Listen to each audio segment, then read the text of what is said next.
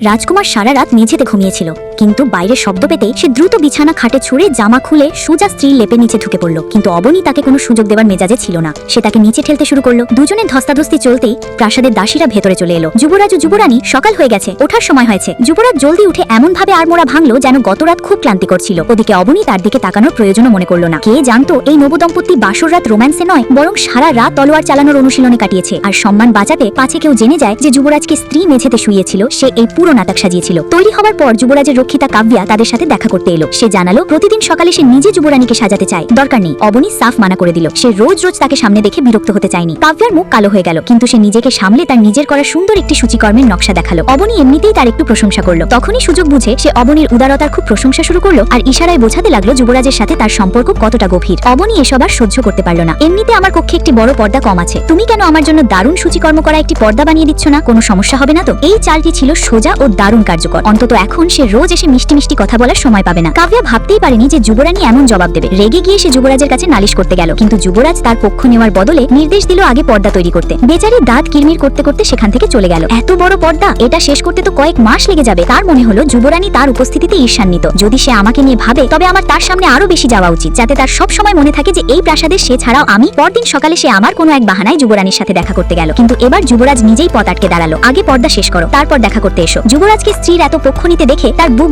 আরো জ্বলে উঠল, কিন্তু বাধ্য হয়ে সে ফিরে গেল। ওদিকে রোজ মেঝেতে ঘুমিয়ে বিরক্ত যুবরাজ স্ত্রীর কাছে আসার এক অদ্ভুত ফন্দি আটলো। সে তার ভৃত্যকে পাঠিয়ে বলে পাঠালো যে আজ রাতে সে কাব্যার কক্ষে খাবে। শুধু তাই নয়, সে বিশেষভাবে বলে দিল যুবরানীর প্রতিক্রিয়া জেনেই যেন সে ফেরে। তার পুরো বিশ্বাস ছিল যে অবনী ঈর্ষা করবে। সে তো সামনের সুখের জীবনের স্বপ্নও দেখতে শুরু করেছিল, কিন্তু ভৃত্যের কথা শুনতেই তার সব উৎসাহে জল পড়ে গেল। যুবরানী বলেছেন যে তিনি কখনোই আপনার সাথে থাকার জেদ করেননি। আপনি যেখানে খুশি যান, তার কিচ্ছু যায় আসে না। এখন কথা মুখ থেকে বেরিয়ে গেছে, তাই ইচ্ছে না থাকলেও তাকে কাব্যার কক্ষে যেতে হলো। কিন্তু সে যখন ফিরল তখন যে দৃশ্য দেখলো তাতে আরো বেশি অবাক হয়ে গেল। অবনী তার দাসীদের সাথে হাসি খুশি ভাবে হটপট খাচ্ছিল, যেন তার কোনো কিছুরই একদম পরোয়া নেই। তখনই সে বুঝতে পারলো যে এই সম্পর্কে আসল নিয়ন্ত্রণ কার হাতে।